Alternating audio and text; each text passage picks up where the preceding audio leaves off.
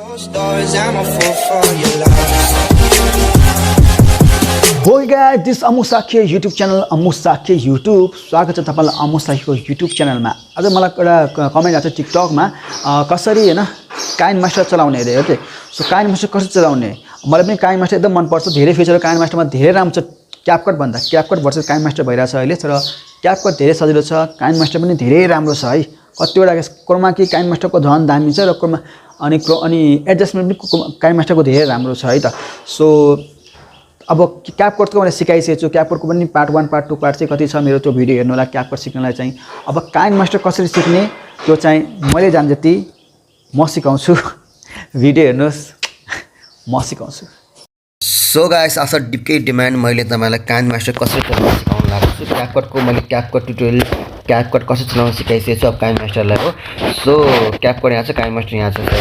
So म तपाईलाई KineMaster खोल्छु आज काइनमास्टरको ट्युटोरियल. सो काइनमास्टर ओपन गर्नु होला. यहाँ धेरै कुराहरू छ हेर्नुस्. काइनमास्टरको ट्युटोरियल टिप्स, फेग्रेन्ट layer question, what's new settings र धेरै कुराहरू छ. योमा म अहिलेसम्म गएको छैन. तपाईले हेरेर हैन ट्राई गर्न सक्नुहुन्छ.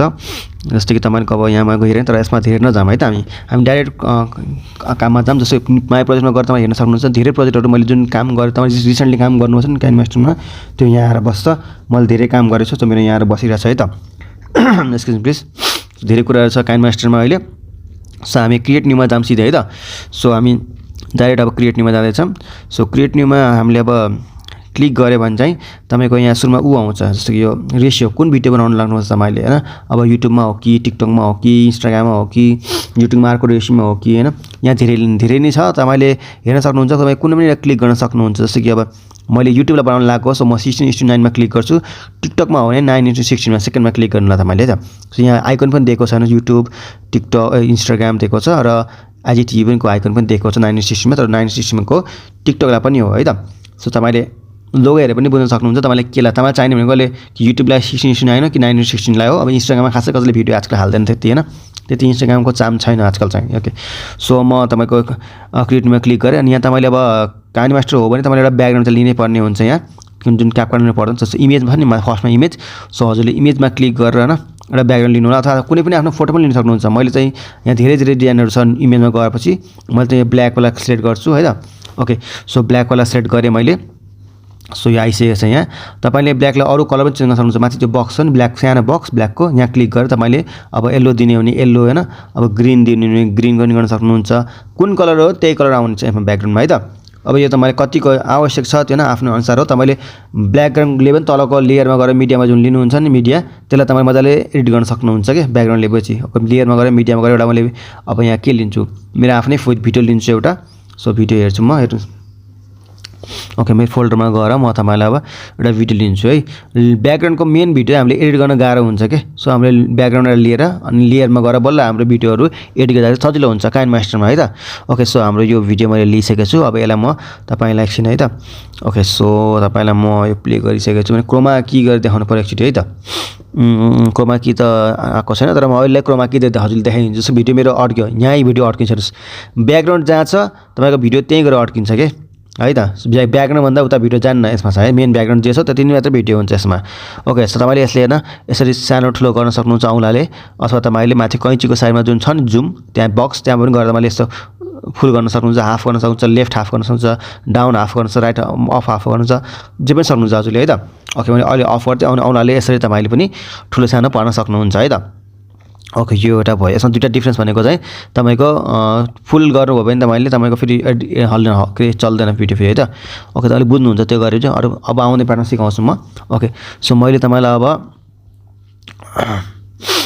ओके सो भिडियो यहाँ प्ले हुँदैको छ. तपाईलाई म अब क्रपिङ हैन क्रोमा की गरेर तपाईले देखाउँछु म भिडियोलाई जुन. ओके हेर्नुस् ब्ल्याक हामीले पछाडी ब्ल्याक ब्याकग्राउन्ड राखेर नै ब्ल्याक भएको हेर्नुस्. एडजस्टमा गरेर तपाईले यसो तानतुन गरेर हैन पनि यसलाई यसो ग्राफमा गएर यसो गर्न सक्नुहुन्छ जुन क्यापकटमा छैन यो फिचर. यसको जे राम्रो छ काइनमास्टरको क्रोमा कीमा है त क्यापकट भन्दा. ओके तपाईलाई म ब्ल्याकमा ग्रीन गर्छु है त. हेर्नुस् येलो गरे. सो येलो भने येलो आयो. अब ग्रीन गरे भने ग्रीन आउँछ है. जे राख्नुपर्छ ब्याकग्राउन्डमा त्यही नै आउने हो. तर क्यापकटमा चाहिँ तपाईले डाइरेक्ट ब्ल्याक चाहिँ ब्ल्याकलाई चाहिँ के पनि गर्नु पर्दैन क्यापकटमा चाहिँ.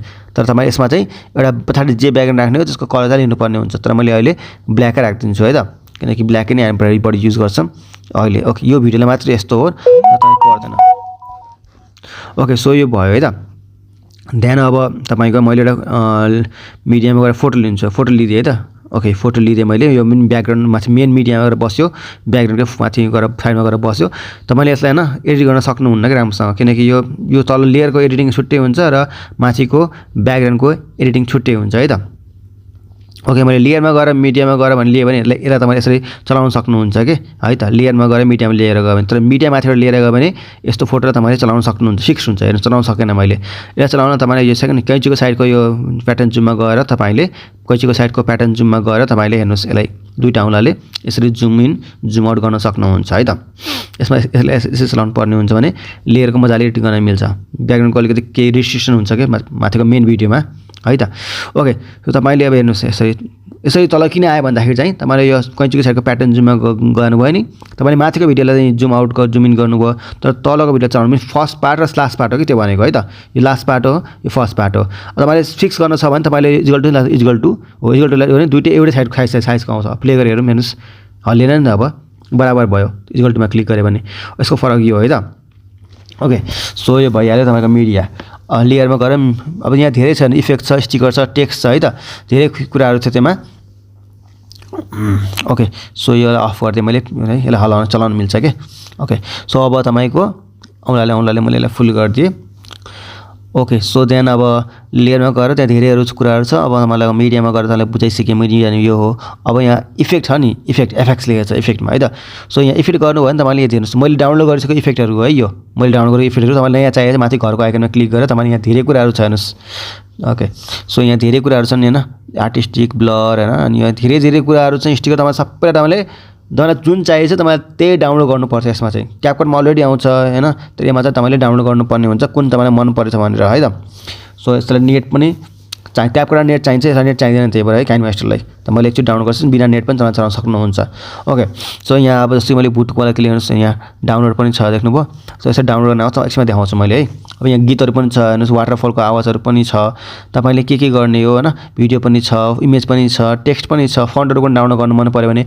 यहाँबाट पनि डाउनलोड गर्न सक्नुहुन्छ है त ओके यसको कुराहरू यो हो तपाईँले न्यू बने नयाँ फोल्डर रहेछ त्यसमा के छ खुलेन सो म ट्रान्सलेट गरेर यो स्कल छ नि स्कललाई डाउनलोड गर्दै देखाउँछ मलाई स्कललाई क्लिक गरेँ म क्लिक गर्छु म अब ओके सो स्कललाई डाउनलोड गरेर हामी स्कललाई क्लिक गरेँ अनि यहाँ डाउनलोड अप्सन छ लास्ट राइट साइडमा त्यहाँ क्लिक गरेँ इन्स्टल हुँदैछ यो इन्स्टल पनि भइसक्यो है अब कहाँ छ तपाईँलाई म देखाउँछु म ओके सो तपाईँलाई म फेरि अब ब्याक गरेर फेरि मिडियामा लेयरमा गएर इफेक्टमा देखाउँदैन किनकि यो हामीले ट्रान्जिसन डाउनलोड गरेको ट्रान्जिसन कहाँ हुन्छ त्यो बिचको प्लस छ नि त्यो प्लसमा हुन्छ सो प्लसमा हामी क्लिक गऱ्यो भने यहाँ ट्रान्जिसन आउँछ हेर्नुहोस् स्कलमा क्लिक गरौँ र कुनै पनि एउटा क्लिक गरौँ है ओके यसरी नै आउँछ है यो इक्जाम्पल मात्रै हो तपाईँलाई हेर्नुहोस् मेरो भिडियो छेकेको छ इक्जाम्पल मात्रै हो यो यसरी तपाईँले डाउनलोड गर्न सक्नुहुन्छ त्यो मात्र देखाउन खोजेको मैले यसमा है त ओके सो अब चाहिँ तपाईँको ओके सो तपाईँको एकछिन ह्याङ भयो मोबाइल मेरो ओके सो हामी तपाईँलाई अब यो यहाँ आइसकेको छ हेर्नु ल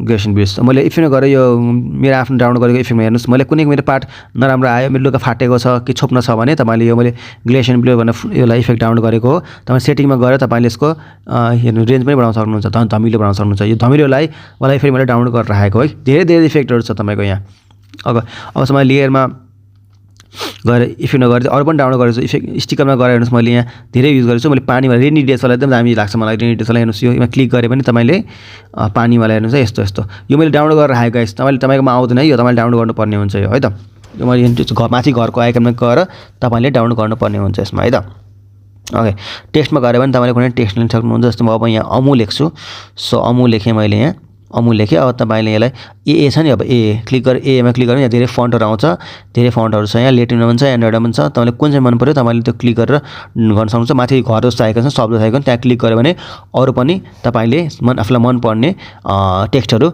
डाउनलोड गर्न सक्नुहुन्छ अघि स्कल डाउनलोड गरेर जस्तै हो है त्यो ओके त्यो तपाईँले डाउनलोड गर्न सक्नुहुन्छ ओके सो यो भयो अब त्यहाँ तपाईँको के छ अब यो ह्यान्ड राइटिङ छ ह्यान्ड राइटिङमा गएर तपाईँले यसो लेख्ने हो ह्यान्ड राइटिङ हातले लेख्ने हो यसो गोलो घुमाउने हो कुनै पार्ट देखाउँछ जस्तो गोलो गर्ने हो अब यहाँ धेरैहरू छ कलर पनि चेन्ज गर्न सक्नुहुन्छ रेडमा छ अहिले अरू कलर चेन्ज गर्न सक्नुहुन्छ र यहाँ अरू डिफ्रेन्ट एरो पनि छ एरो पनि तपाईँले देखाउन सक्नुहुन्छ जुन मैले एरो ट्यापबाट देखाउँछु यसमा पनि धेरै एरोहरू छ डिजाइनको एरो छ तपाईँले त्यो पनि युज गर्न सक्नुहुन्छ ओके सो यो भइहाल्यो त ओके सो ब्याक गरेँ मैले अब चाहिँ तपाईँको यहाँ सक्यो सबै हो त अब यो रेकर्डिङ छ नि रेकर्डिङ अब मैले जति छिटो बोल्छु म त्यति नै छिटो माथि स्पाइक हुन्छ बिस्तारै बोल्छु नि बिस्तारै स्पाइक हुन्छ जति ठुलो बोल्यो भने ठुलो स्पाइक हुन्छ है त सो हेलो यसरी स्पाइक तपाईँको होइन स्पाइक हुन्छ है जति डोले भयो त्यति स्पाइक हुन्छ र स्टार्टमा क्लिक गर्नुभयो भने तपाईँको रिकर्डिङ गर्छ यसले स्टार्टमा क्लिक गरेँ अब बोल्दैछु ओके बोल्दैछु होइन यो रेकर्डिङ हुँदैछ यो मेरो सुरुको साउन्ड बिग्रेर मैले फेरि यहाँ साउन्ड रेकर्ड गरेँ गाइस तर मेरो तपाईँ तालमेल मिलेको छैन है तपाईँको है